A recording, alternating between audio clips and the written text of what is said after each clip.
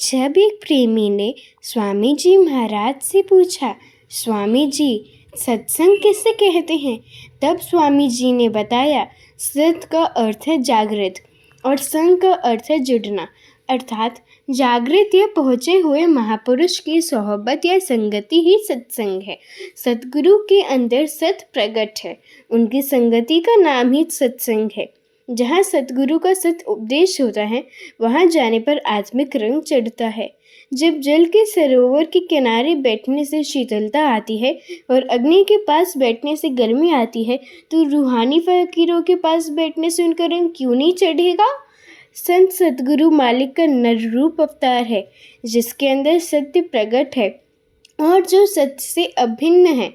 उनके अंदर सत्य रम रहा है। वह पवित्र हस्ती है, उसमें सत्य स्वयं देहधारी है। वह जीवों को सच्चे रास्ते पर चलाकर धुरधाम यानी सतलोक तक पहुंचाने का सामर्थ्य रखता है। आप कहते हो कि घर वाले रिश्तेदार हमारा विरोध करते हैं, लेकिन साधु समाज भी भजनानंदियों का विरोध करता है।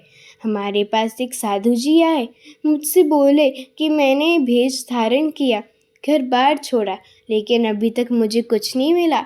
मैं भजन करना चाहता हूँ। मैंने उनको भेद दिया, वो भजन में लग गए। वो जहाँ भी रहते थे वहाँ और भी साधु लोग रहते थे। जब ये भजन करते तो उन लोगों ने तूफानबाजी शुरू की कि ये क्या करने लगे, ये कौन सा मंत्र है। कहने का मतलब ये कि उन्होंने बहुत तरह से तंग करने लगे। वो बेचारे बहुत दुखी और परेशान होकर मेरे पास आए और कहने लगे, महाराज क्या करूं, मेरे साथ वाले बहुत तंग कर रहे हैं मुझको। बहुत सीधे साधु जी थे। मैंने उनको समझाया कि तुमने तो घर बाहर छोड़ दिया, अब तुमको सच्चा रास्ता मिल गया। भजन करने को तो कहीं और चले जाओ, बहुत एकांत जगह हैं, छोड़ दो उन लोगों का साथ, तुमको इनसे क्या लेना देना। उन्होंने मेरी बात मान ली और वो उन लोगों से अलग चले गए और भजन में लग गए। वो बराबर मेरे पास आते जाते रहे। अभी कुछ दिन हुआ कि उनका शरीर छूट गया। कहने का मतलब ये है कि अगर तुम पक्के रहोगे तो कोई तुम्हें डगमगा नहीं सकता। जब तुम्हारे में कच्चाई रहेगी तो कोई कुछ कहेगा और तुम डगमगा जाओगे। तभी एक और प्रेमी ने स्वामी जी महाराज से पूछा, स्वामी जी नाम किसे कहते हैं? तब स्वामी जी ने बताया, शब्द धुन कहो, नाम कहो, बात एक ही है। शब्द धुन हर इंसान के अंदर मौजूद है।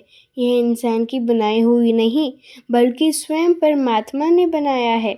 इसे ना हम बदल सकते हैं, ना बढ़ा सकते हैं, ना घटा सकते हैं। इस संसार के सभी वस्तुएं परिवर्तनशील हैं और सदा बदलती रहती हैं, लेकिन नाम की डिज़ाइन कभी नहीं बदलती। यह शब्द धुन अनामी महाप्रभु जो आवाज़ का महासागर है, वहाँ से निकली है। प्रत्येक जीव उस अनंत भंडार की एक बूंद या चिंगारी है। इस लहर के एक सिरे पर परमात्मा है और दूसरे सिरे पर आत्मा है। इस प्रकार लहर यानी शब्द धुन आवाज़ आत्मा और परमात्मा के बीच संबंध सूत्र है। इस लहर के द्वारा प्रत्येक जीव की संभाल हो रही है। हम इसको महसूस नहीं करते, क्योंकि मौजूद हालात में आत्मा और शब्द के बीच मन और माया का एक मोटा पर्दा लगा हुआ है। लेकिन शब्द मनुष्य और प्रत्येक प्राणी के अंदर मौजूद है। इसको पकड़ने के लिए बिखरे हुए ध्यान को तीसरे तिल में एकाग्र रखना चाहिए। ध्यान यहीं से शरीर में आँखों के निचले भाग में फैलता है और विभिन्न इंद्रियों द्वारा संसार में फैल जाता है। ध्यान को तीसरे तिल में एकाग्र करने के बाद आत्मा फिर सूक्ष्म, कारण और आध्यात्मिक मंडलों में संबंध स्थापित करती है और अंत में अपने निज भंडार में विलीन हो जाती है। इसलिए पहला ज़रूरी काम बिखरे हुए ध्यान को तीसरे तिल में इकट्ठा करते हुए अपने शरीर के अंदर प्रवेश करना है। यह काम धीरे धीरे होता है। तभी एक और प्रेमी ने स्वामी जी महाराज से पूछा, स्वामी जी शब्द किसे कहते हैं और शब्द का क्या काम है? तब स्वामी जी ने बताया, शब्द कहते हैं आवाज़ को, नाम को, आकाशवाणी को, जो हर क्षण मनुष्य के मस्तक में हो रही है। मुसलमान फ़कीरों ने इसे कलमा कहा, आयतें कहा। उन्होंने बताया कि खुदा की आयतें उतर रही हैं। हिंदू हो, मुसलमान हो, ईसाई हो या किसी और जाति का हो, सबके अंदर परमात्मा की आवाज़ गूंज रही है। वह अपने पास जीवात्माओं को बुला रहा है। उसी आवाज़ को सुनने को भजन कहते हैं, अभ्यास कहते हैं।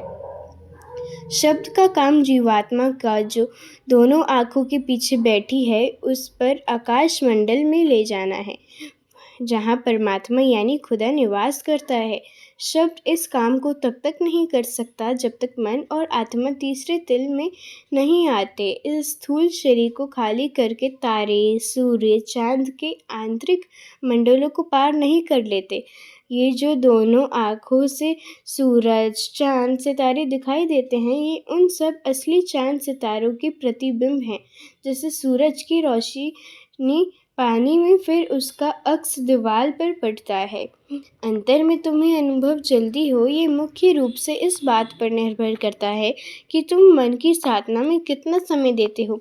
मनुष्य में आत्मा मन के वश में रहती है, मन इंद्रियों के वश में रहता है और इंद्रियां भोगों के वश में रहती है। सही रास्ता तो यह होगा कि इंद्रिय विषयों के पीछे न दौड़े, मन इंद्रियों के बहकावे में न आए, वे तथा मन के ऊपर आत्मा का कब्जा रहे। फिर वह उसको अपने कार्य करने के लिए औजार की तरह इस्तेमाल करे। आत्मा को मन की दासी रहने के बदले उसके ऊपर अपना कब्जा करना चाहिए। आत्मा ने अपना कब्जा उस समय खो दिया जब इसने अपना संबंध शब्द से यानी नाम से तोड़कर मन से जोड़ लिया। इसलिए इस अपना कब्जा को वापस प्राप्त करने के लिए इसके लिए एक ही प्रभावशाली तरीका है और वह है शब्द के साथ जुड़ना। शब्द हमारे भीतर तीसरे तिल में सुनाई देता है, इसलिए हमें इस शब्द को पकड़ने के लिए अपने बिखरे हुए ध्यान को प्रातः फिर से तीसरे तिल में वापस लाना है। भजन का समय निश्चित कर लो। प्रातःकाल अमृत वेला में भजन करने से शब्द साफ सुनाई देता है, क्योंकि उस समय वातावरण शांत रहता है। करोगे तो अनुभव निश्चित होगा। जो काम धीरे धीरे होता है वह रहमान की तरफ से होता है।